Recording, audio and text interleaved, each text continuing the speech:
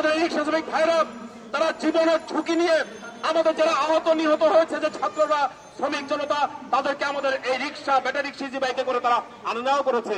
ঢাকা শহরে অ্যাম্বুলেন্স পাওয়া যাচ্ছিল না, আমাদের ব্যাটারি রিক্সা ইজি বাইক মনে হয়েছিল অ্যাম্বুলেন্স। আমাদের বক্তব্য পরিষ্কার, আমরা গত 12 বছর যাবৎ আমরা রাজপথে লড়াই করছি। আমরা সেই শুরুর দিন থেকে আমরা বলেছি একটা নীতিমালা তৈরি করুন, নীতিমালা তৈরি করে এই যে ব্যাটারি চালিত যানবাহনকে একটা নীতিমালার মধ্যে এনে এটাকে আধুনিকায়ন করে আপনি লাইসেন্স দেন, আপনি নিবন্ধন দেন, আপনি রুট পারমিট দেন। আর একটা কথা আমরা বলেছিলাম, আমরা শুরুতে 3 দফা নিয়ে আন্দোলন করেছিলাম যে প্রতিটা সড়ক মহাসড়কে আপনি বাইলেন সার্ভিস রোড করে দেন। আর আমরা বলেছিলাম সকল প্রকার চাঁদাবাজি রেকারিং এই সমস্ত জিনিস বন্ধ করে সেখানে একটা সার্বিক শৃঙ্খলা ফিরিয়ে নিয়ে আসেন। বন্ধুগণ, এই 3 দাবিতে আমরা আন্দোলন শুরু করেছিলাম সেই 2012 সাল থেকে। আমরা এই লড়াই করতে করতে আমাদের মধ্যে অনেকে গ্রেপ্তার হয়েছেন, কারাবরণ করেছেন, আমাদের অসংখ্য নেতা কর্মী আহত হয়েছেন, এখনো অনেকে মিথ্যা মামলা নিয়ে ঘুরছেন।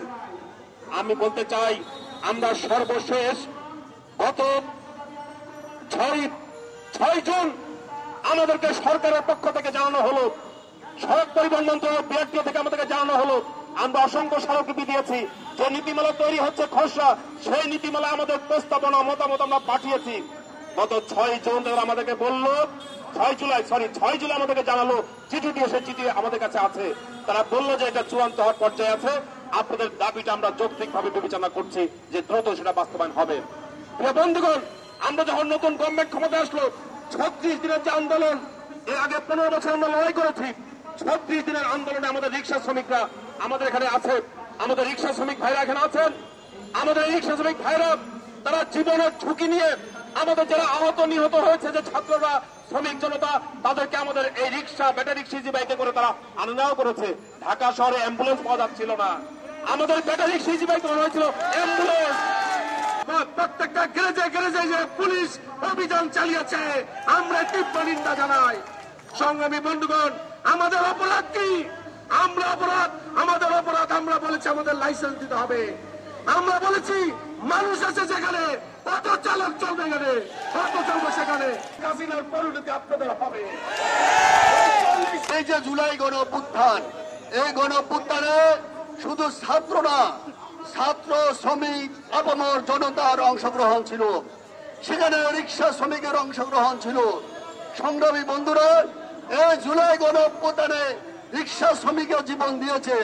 ফলে আজকে আমরা লক্ষ্য করছি এই অন্তর্বর্তীকালীন সরকার যেই দাবিতে আমরা আন্দোলন করেছিলাম, সেই দাবির দিকে তাদের নজর নাই।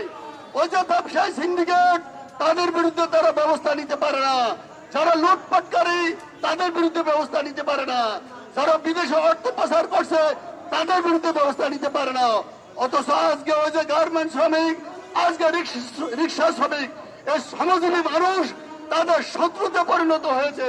আমরা পরিষ্কার ভাষা বলতে চাই, এদেশের যে 95% মানুষ, যারা দরিদ্র মানুষ, খেটে খাওয়া মানুষ, শ্রমজীবী মানুষ, তাদের স্বার্থ যদি না দেখেন, তাদের জন্য প্রয়োজনীয় যদি সংস্কার আপনারা না করেন, তাহলে শ্রমজীবী মানুষ আগামী দিনে তাদের শ্রমজীবী মানুষের যে শোষণ মুক্তি লড়াই, সেই লড়াইয়ে আগামী দিনে আবারও শ্রমিক শ্রেণীর নেতৃত্বে গণ অভ্যুত্থানের আপনারা অংশগ্রহণ করবেন, আহ্বান জানাবেন।